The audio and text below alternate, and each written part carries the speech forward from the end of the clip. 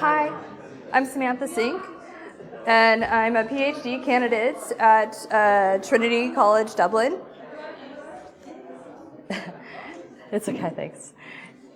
I don't do video game studies. I'm actually at Hellenistic geography and mathematics, and we'll get started. My title is Memory and Ancient Geography in the Forgotten City, and playing on our conference theme, I went with This is the Way. Geography is what we use to understand our place in the world. We drive around from memory, map distances in our head, and attach personal memories to places. Without realizing it, we are embedded in geography. Geography is an innovation connected to what we know and understand because we have anchored ourselves over time by memorizing familiar landscapes. While most video games employ standard maps, The Forgotten City, released in 2021, does not offer a city map. Instead, it is a memory-making game. Just as we remember our way around our home city, so too must we as the main character embed ourselves in the ancient past and memorize the streets of antiquity. The Forgotten City, which appears to be based on a Roman city at first glance, is representative of past places. The Forgotten City has integrated archaeological and textual sources of the past in order to build a multi-perspective work. Quite, in its literal meaning, The Forgotten City is a video game that offers a playground that intersects with the past. Thus, memorizing geography within this game is of the utmost importance, as one must know that this is the way back to the portal in order to survive. The game truly tests our memorization skills. Without a map, we are left to roam the city, figuring out where each path leads. The game not only transports the player back in time, but also prompts a very valid question such as, how did ancient Greeks and Romans explore their world and navigate geographically day-to-day life? And when they arrived in a new city, how did they know where to go? Before I dive into those questions, first a quick synopsis on the beginning of the game. When you first entered the game, a character named Galerius is there waiting to greet you. As you follow him to meet the magistrate, Cynthius, you can't help but take in the sights, awe, and splendor of the new city. After that initial encounter with Galerius and Cynthius, you're left to fulfill a few missions. To complete them, you need to know where to go. You must follow your own 2 feet and make your way around, attempting to find the townspeople you need to talk to in order to progress the storyline. Without a map to take you to the Great Temple or to Apollo's shrine, the bathhouse, to the slums, the tavern, or other places, you're left with memorizing the geographical landscape of the city. Architecture and forks and pathways start to become your memory markers. And unbeknownst to you, at the beginning of the game, you will eventually need to make your way back to the portal to repeat the same day again. It won't be a leisurely stroll back to the portal either. You'll be under duress trying to remember which way to run and which path to take to lead you back, all while being chased by golden statues, shooting you with arrows. The panic and chaos of the city in those moments truly reveals to a player their geographic memory. This idea of geographical memory within the game is extracted from primary sources relating to ancient city grids and descriptions of cities. The Roman city is presumed to be set in 65 AD. Thus, the connection between memory making in games and geographical memory through representation of past places will be explored. In this presentation, I will highlight the various ways to get back to the portal by showing you geographical markers in gameplay and through recorded videos. They're all silent, so don't think there's supposed to be any music with it or anything. As a comparison approach, this presentation will also provide examples from Pausanias, a 2nd century AD geographer, who wrote the description of Greece. This comparison will be done to discuss geographical memory and geographical landmarks in the Forgotten City. In his work, he describes locales of ancient Greek cities from Olympia, Delphi, Thebes, Corinth, to Athens, and many more. He covered how Greeks navigated traveling around a city when visiting from out of town. Lastly, I will show how the Forgotten City implemented city architecture and grids, or lack thereof, into the gameplay, which corresponds to ancient Greek cities, mostly Athens. In my original abstract, I wanted to make a comparison to Hellenistic Alexandria, Egypt, but that was quickly set aside once I realized that Alexandria adopted a parallel and perpendicular city grid, which is not mirrored in the gameplay. In this section, the various routes to return to the portal will be shown through in-game screen stills and through recorded videos of gameplay. Geographical memory and landmarks are important elements to the gameplay. Pausanias, in the description of Greece, also uses landmarks as instructional guides to help travelers and new arrivals navigate cities. The first and biggest landmark in the Forgotten City is the Great Temple. The Great Temple looks very much like the Maison Carrée, the ancient Roman temple in Nimes, France, built in 2 AD.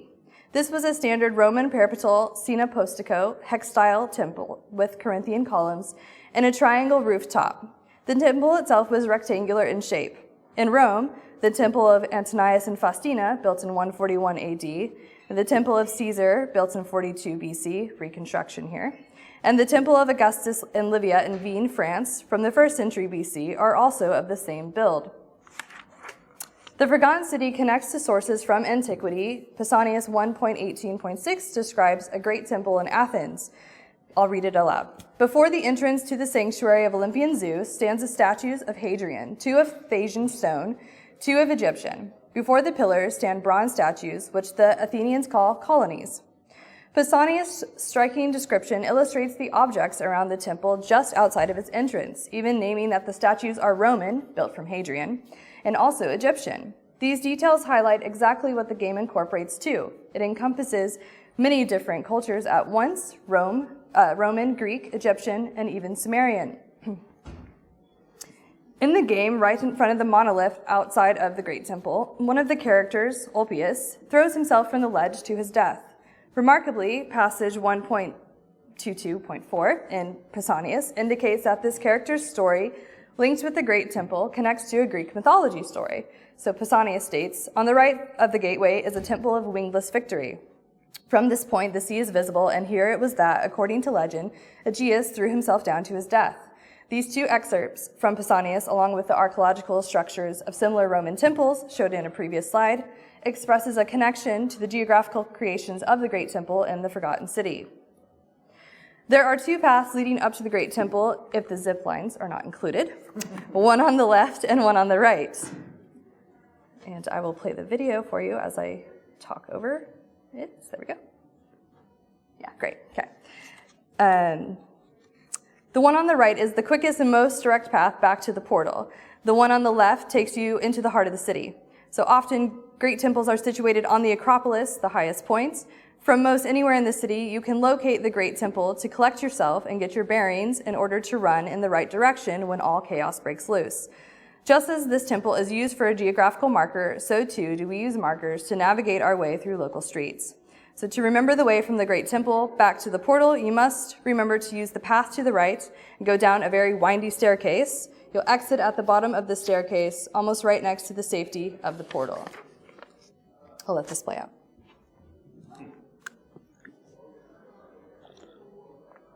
Here's the staircase. You're going down. Don't get dizzy. And then you're back there, which would be the portal, but I'm doing it without the golden statues chasing you. Okay. The central plateau is a very big open space. There are potentially 5 ways you can go if you have unlocked all options. 3 paths, the ones in green, lead into, 3 paths, the ones that are red, lead into homes, and 1 path leads back towards the portal. The other way leads to the market, the bathhouse, and the slums. The latter path is also a less direct path back to the portal. Here's another view of the central plateau, and this one shows the view of the magistrate's villa, which is in the top right corner there. I will give you a view of this as well. Here we go. It can be easy to get turned around here because every pathway has a staircase, except one house entrance. It's best to take the bridge path back. The geographical marker that stands out here is keeping right when you face the magistrate's villa staircase, and also the circular fountain, which shows a direct view of the bridge you need to cross to return to the portal. And so now I'm past all of that, running back through the chasm, and then up to the staircase that leads you back to the portal. Ta-da! Okay. Yeah. This view is taken from the Great Temple and allows you to see the central plateau and other paths a bit more clearly. At the top, we have the Forum, or the marketplace, which leads onto the bathhouse and the Shrine of Apollo in the distance, or you can take the stairs up to the palace. The highlighted green paths lead you back to the portal. Immediately when coming back through the portal or arriving for the first time in the game, you are mesmerized by this magnificent sight, just as one would be when first entering through main gates of Athens or Rome. As a comparison, perhaps the portal could be seen as the beginning place for a Greek procession. I went too far. There we go. Okay. In Pausanias 1.2.4, he writes, "On entering the city, there is a building for the preparation of the procession. Hard by is a temple of Demeter, with images of the goddess herself and of her daughter, and of Iacchus holding a torch. Not far from the temple is Poseidon on horseback, hurling a spear against the giant Polybates.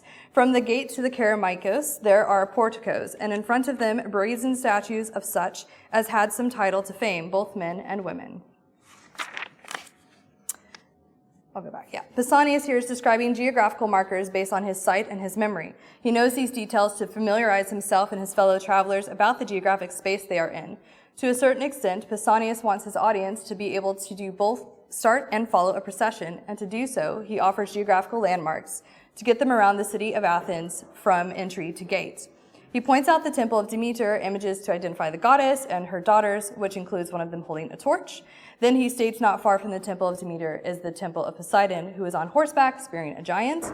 Then if his traveler moves further along, they'll see the gate to Kerameikos, then to the porticos and more statues. In Athens, the Kerameikos was always the entry point into the city, and it marked the beginning of any festival or religious procession. The festival or religious processional would always end at the highest point at the Acropolis. We can see similarities in Game 2. In the Forgotten City, the portal is your entry point, and the game can end at the Great Temple.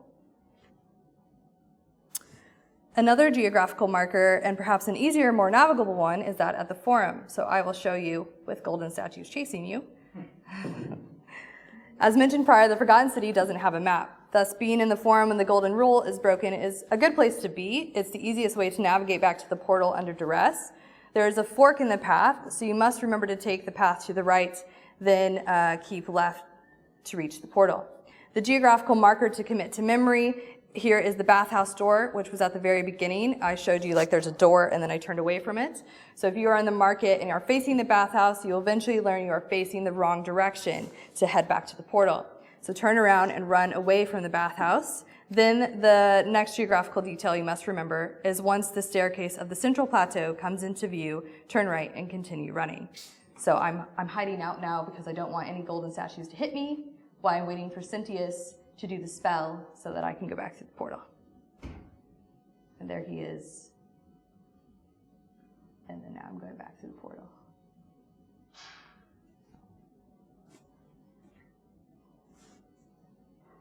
Great. Yeah. There we go. Okay. Pausanias describes many marketplaces of ancient Greece. One such excerpt describes the marketplace of Corinth. As you go down from the marketplace, you see on the right of the street called Straight a sanctuary of Apollo Prosatirus. You must turn a little aside from the road to discover it. In it is a noteworthy Apollo, Artemis also, and Leto, and other statues made by Praxiteles. In the old gymnasium near the gate, called the Gate of the Nymphs, is also a stone of the shape of a small pyramid. This they name Apollo Carianus, and here there is a sanctuary of the Aletheii. And then on the marketplace where most of the sanctuaries are stand Artemis, surnamed Ephesian, and wooden images of Dionysus, which are covered with gold, with the exception of their faces. These are ornamented with red paint. So the Forum in the Forgotten City is also located near shrines, and the Forum contains golden statues. Thank you. Okay. Getting around the ancient world wasn't as easy as Pausanias makes it out to be. I'm just going to go ahead and play this as I'm talking. There you go. As a player, this is experienced firsthand. The level of navigation from the chasm, or rather the slums, or the cave dwellings of the working class, non-elite folks, is much more difficult than that of the Forum. This is probably one of the hardest places to navigate when the golden rule is broken and you need to make your way back to the portal. The slums are just outside of the Forum and to the right. Not only is it already dark down there, but you also need your flashlight. Furthermore, when the golden statues start attacking you, the game goes into black and white mode, making it even more difficult to navigate your way out. And this is a testament because this wasn't my first recording I did. I had to do a second one because I did get lost trying to get back to the portal, no matter how many times you've played it. So yeah, that is how you get back. So I have to click this one. There we go. Yeah, okay. As another part of this presentation, I'm going to kind of quickly go through some of this, but let us look at how the Forgotten City implemented city grids, or lack thereof, into the gameplay, which corresponds to ancient Greek cities, mostly Athens. As you have now seen some different paths back to the portal, this portion will be a bit easier to explore, and a comparison of city grids between Alexandria, Rome, Athens, and Olympia will be examined. I'm just going to quickly show you that it doesn't match up with Alexandria because it's very perpendicular, square kind of city grid. And it's starting to look more like the Roman one. This is the Roman form because it does have a curvature, straight. And then this is the inner gates of what would be Rome, 68 AD, and the game was made in 65, or supposed to be set in 65. It's more like that of Athens because it's very mountainous and things like that. So it's very interesting that it's based on a Roman city that does kind of follow the Athens map. And this is actually a map that Pausanias would have had that somebody's reconstructed, and how he's telling people to get around the temples and things like this. And I'm just going to get to my conclusion really quickly. And so I don't get the big gun. Okay. So I'm just going to highlight the game. The navigations are visible. It's multicultural, and it can be compared to ancient cities. And then this is the way. Geography is what we use to understand our place in the world. Thank you.